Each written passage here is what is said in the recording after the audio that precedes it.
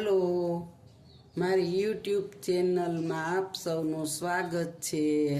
હું વર્ષાબેન કટકિયા। જય બાબા સ્વામી, જય ગુરુદેવ। આજે આપણે બનાવવાના છે પાલક મગની દાળ। અત્યારે પાલકની ભાજી બહુ મસ્ત આવે છે, તો આજે આપણે બનાવીશું પાલક મગની દાળ। એને માટે આપણે ગેસ ચાલુ કરીશું। ગેસ ઉપર આપણે કુકર ચડાવીશું અને એની અંદર આપણે હજી પાણી મૂકીશું।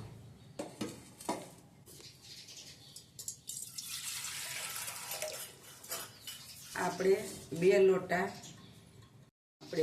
બે લોટા પાણી મૂકવાનું છે અંદર। હવે આપણું આ પાણી ઉકળે ને ત્યાં સુધી આપણે જો 2 થી 2.5 પૂણી પાલક સુધારી લીધી છે, અસ્ત તાજી લીલી। આ 2 થી 3 પૂણી છે, ખાલી પાંદડા જ સુધાર્યા છે। હવે આપણે આને ધોઈ નાખશું। આપણે છે ને જો 2-4 લાલ મરચાં છે, 2-3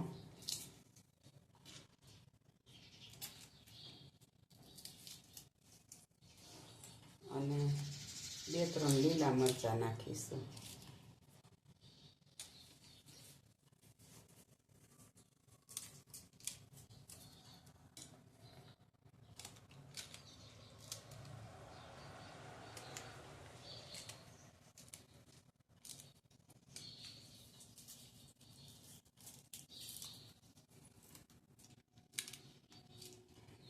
અને હવે આપણે લસણની કળી નાખીશું। આનો ગાંઠિયો લસણ ફોલ્યું છે એ નાખી દેશું। 1 ઇંચ આપણે આદુનો ટુકડો લીધો છે।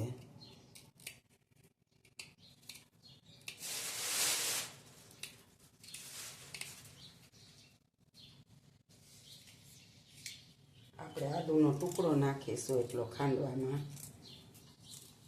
આની આપણે પેસ્ટ બનાવવાના છીએ। આપણે હવે 1 વાટકો દાળ લીધી છે મગની। હવે આપણે એને વોશ કરી લઈએ, ધોઈ નાખીએ થોડી।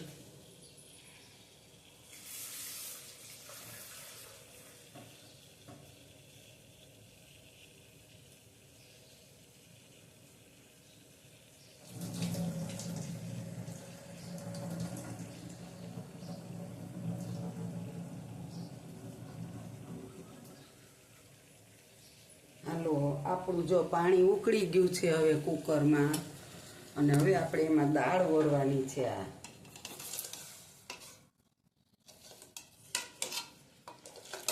દાળ ઓરી દીધી અને હવે આ પાલકની ભાજી છે ને એ આપણે ધોઈને પાણીમાં રાખી હતી, હવે એ આપણે ઓરી દેવી છે।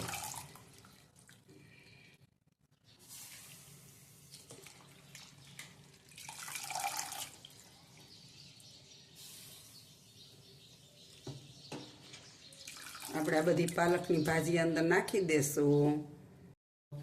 હવે આપણે એની અંદર સ્વાદ અનુસાર નિમક નાખીશું,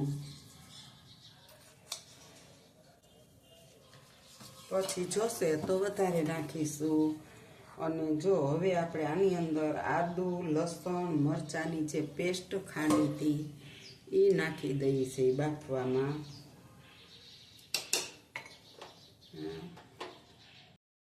આપણે એમાં 1 નાની ડુંગળી નાખીશું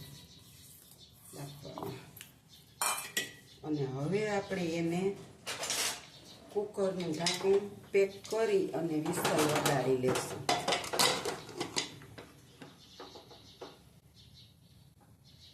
તો હવે આપણે પાલકની દાળ આપણી બફાઈ ગઈ છે અને એમાં આપણે ટમેટા પણ નાખી દીધા થોડા।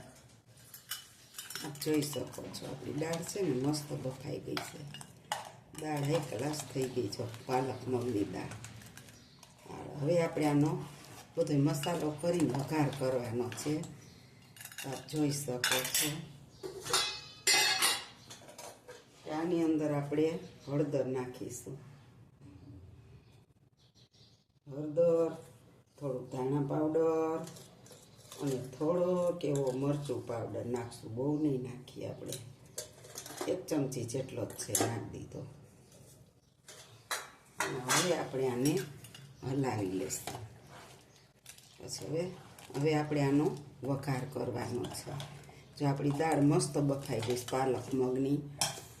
આ તો માણસો હોટલમાં જમવા જાય છે, પણ હોટલની અમને નથી ભાવતી, એટલે અમે તો ઘરે જ બનાવીએ છીએ. હવે આપણે છે ને ગેસ ચાલુ કરશું. હવે એની ઉપર આપણે હવે તપેલી મૂકી દઈશું, અને હવે એની અંદર આપણે તેલ નાખીશું.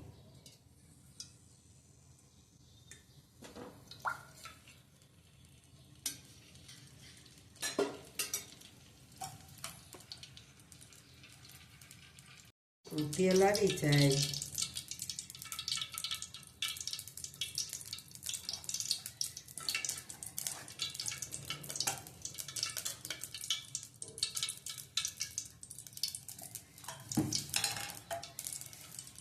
હાલો, આપણું તેલ હવે આવી ગયું છે. હવે આપણે એની અંદર જીરું નાખવાનું છે. તો આપણે 1 ટેબલ સ્પૂન એટલે 1 ચમચી જીરું લીધું છે એને માટે, અને 5 ચમચી રાઈ નાખશું.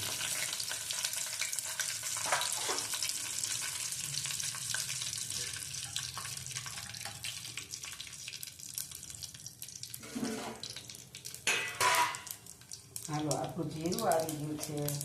હવે આપણે એની અંદર ખડા મસાલા લીધા છે, 2 બાદિયા લીધા છે, 3 લવિંગ લીધા છે, અને આપણે 1 ચપટી જાવંત્રી લીધી છે, 2 સૂકા મરચાં લીધા છે, અને મીઠા લીમડાના પાન લીધા છે. હવે આપણે એની અંદર આદુ મરચાંની પેસ્ટ નાખીશું 1 ચમચી, અને પછી નાખી દઈશું ડુંગળી વઘારમાં. પાલકની પંજાબી દાળ.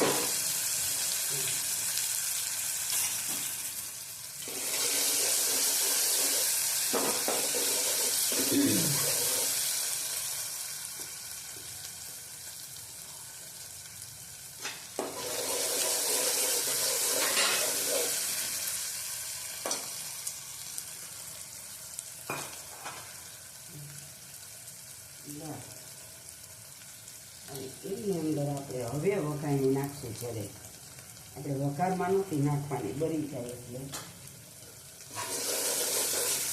બહુ સુંદર મસ્ત આવી રહી ખરા મસાલાની. જોઈ શકો છો કે આપણે આ વઘાર સાતળી લઈ. આપણે જો વઘાર સતળાઈ ગયો છે, એના માટે કલર લાવવા માટે આપણે 1 ચમચી લાલ મરચું નાખી દીધું, અને હવે આપણે આ દાળને વઘારવાની છે. જોઈ શકો છો.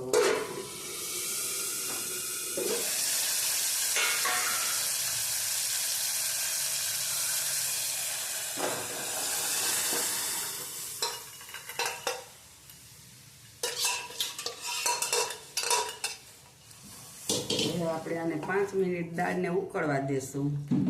આપણી દાળ ઉકળી જાય પછી આપણે આને જરીક ટેસ્ટ કરી દેશું કે કેમ થાય એમ. તો આપણી જો પાલક મગની દાળ હવે તૈયાર થઈ ગઈ છે. બહુ જ મસ્ત. જો એક રસ થઈ ગઈ છે ઘાટી. આપણે અંદર ટમેટા થોડીક વાર કુકરને હતી ને ત્યાં ઠરવા મૂક્યું, ત્યાં નાખી દીધા હતા, બતાવતા ભૂલાઈ ગયા, પણ ટમેટા નહીં ખાતા 4. અને દાળ બહુ જ મસ્ત. જો એક જ રસ થઈ ગઈ છે પાલક મગની દાળ, અને એટલી સરસ સુગંધ આવે છે ખડા મસાલાથી વઘારી હતી.